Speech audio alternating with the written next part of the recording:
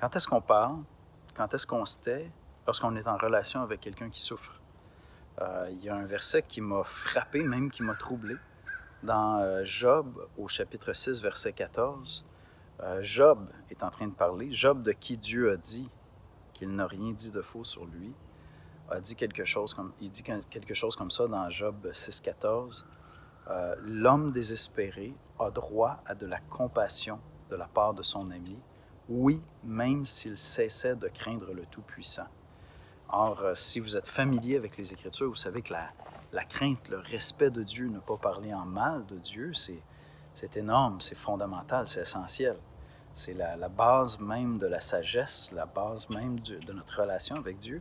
Puis Job, il va fort, il dit l'homme qui est désespéré a droit de la compassion de la part de son ami, même s'il cessait de craindre le Tout-Puissant. Puis, j'ai trouvé ça vraiment intéressant parce que moi-même, j'ai été amer, moi-même, j'ai été désespéré dans des situations, j'ai tenu des propos désespérés dans des relations, des situations, puis j'ai souvent parlé avec des gens qui sont désespérés. Quand on est désespéré, souvent, il y a de l'amertume qui sort, il y a des propos qui expriment ce qu'on vit, mais il peut y avoir des propos insensés aussi, parce qu'on est dans le désespoir, on est dans les exagérations, des fois nos jugements peuvent devenir injustes, mais ça se peut aussi que ce soit très légitime, notre souffrance.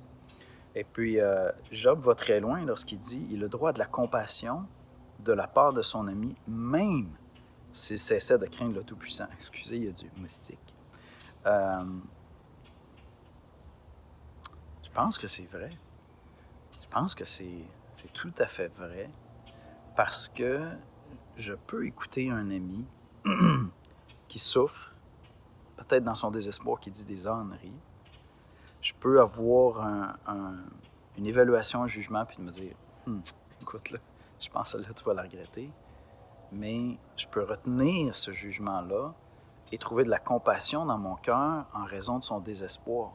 En fait, je peux avoir de la compassion d'à peu près tout le monde, parce que même lorsqu'il y a un péché qui est exprimé, il y a une folie derrière ce péché-là. Et donc, je peux quand même avoir compassion du sort qui est réservé à celui qui s'entête dans le péché.